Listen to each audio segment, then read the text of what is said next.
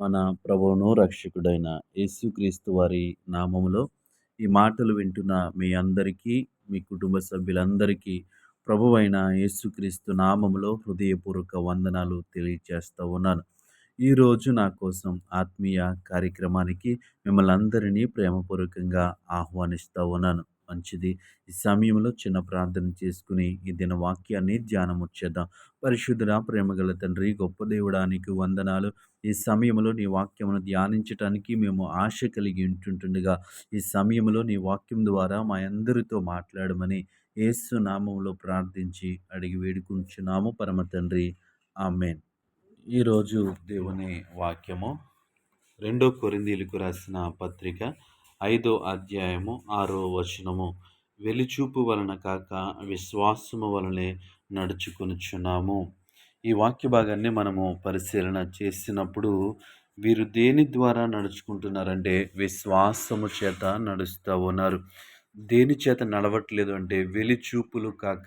వెలిచూపులు ఎప్పుడు చూస్తాము అంటే మనకి సహాయం చేసేవారు లేనప్పుడు, మనల్ని ఆదరించేవారు లేనప్పుడు, మనకి ఎవరు తోడు లేనప్పుడు మనం ఏం చేస్తామంటే వెలిచూపులు చూస్తూ ఉంటాం. ఎవరు సహాయము చేస్తారు, నాకు తెలిసిన వాళ్ళు ఎవరున్నారు అని ఆతృతగా, ఆవేశంగా మనం ఎటువైపు చూస్తున్నామో తెలియక, ఎవరి వైపు చూడాలో తెలియక వెలిచూపులు చూస్తూ ఉంటాం. అయితే ఈ వాక్యాన్ని మనము పరిశీలన చేసినప్పుడు వెలిచూపు వలన కాక విశ్వాసము వలనే నడుచుకొనుచున్నాము. దేవుని నామానికి మహిమ కలుగును గాక. ఈ మాటలు వింటున్న ప్రియ సహోదరి, సహోదరుడా, మన విశ్వాసము ఎవరు అంటే మనము నమ్ముకున్నటువంటి దేవుడు. మన విశ్వాసము ఎవరంటే మనము ఆరాధిస్తున్నటువంటి దేవుడు. ఆయన ఎవరు అంటే సర్వశక్తి కలిగినటువంటి దేవుడు. ఆయనకు అసాధ్యమైనది ఏమీ లేదు.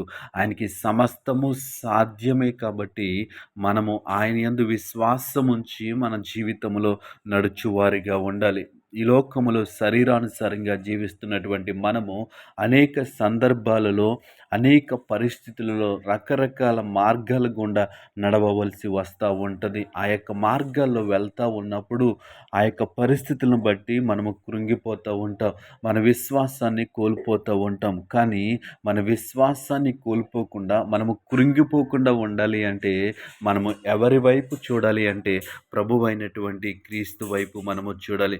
ఎప్పుడైతే ఆయన వైపు చూస్తామో, ఎప్పుడైతే మన హృదయంలో ఆయన జ్ఞాపకము చేసుకుంటామో, ఆయన చేసినటువంటి అద్భుత కార్యములు, ఆయన చేసినటువంటి ఆశ్చర్య కార్యములను మనము తలుస్తూ ఉన్నప్పుడు ఆయన యందు మనము ఇంకనూ విశ్వాసములో బలపడటానికి అవకాశం ఉంటుంది. ఆయన చేసినటువంటి కార్యాలను మనం జ్ఞాపకం చేసుకున్నప్పుడు మన సమస్య చాలా చిన్నదిగా కనిపిస్తుంది. అయితే ఈ లోకములో జీవిస్తున్నటువంటి మనము ఈ లోక సంబంధమైనటువంటి వ్యక్తిగా ఆలోచన చేస్తూ ఉంటాము.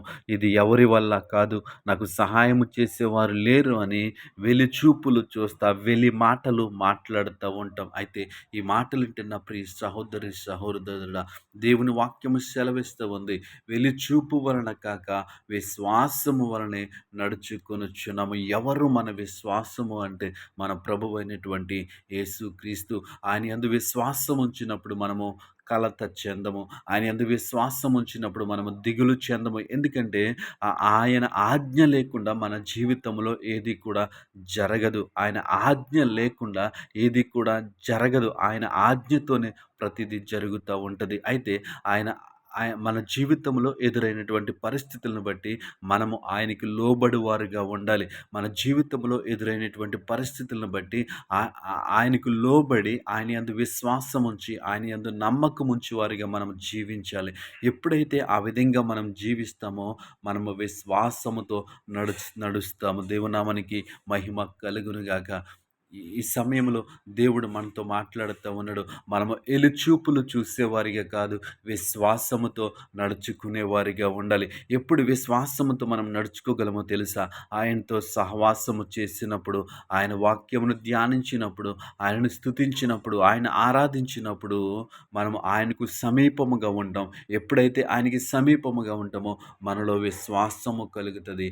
అప్పుడు మనం దేని చేత నడిపించబడతామంటే విశ్వాసము చేత నడుచుకుంటాం. దేవుని నామానికి మహిమ కలుగును గాక. మరొకసారి వాక్యాన్ని చదువుతా ఉన్నాను. వెలిచూపు వలన కాక విశ్వాసము వలనే నడుచుకొనుచున్నాను. ఆయన యందు విశ్వాసం ఉంచి, ఆయన యందు నమ్మకం ఉంచి, మనం ఈ లోకములో శరీరానుసారంగా జీవిస్తున్నప్పటికీ ఆత్మచేత నింపబడి ఎప్పుడైతే మనం నడుస్తామో మనము విశ్వాసముతో నడవగలము. అట్టి కృప దేవుడు మనకి అనుగ్రహించును గాక. ఆమేన్.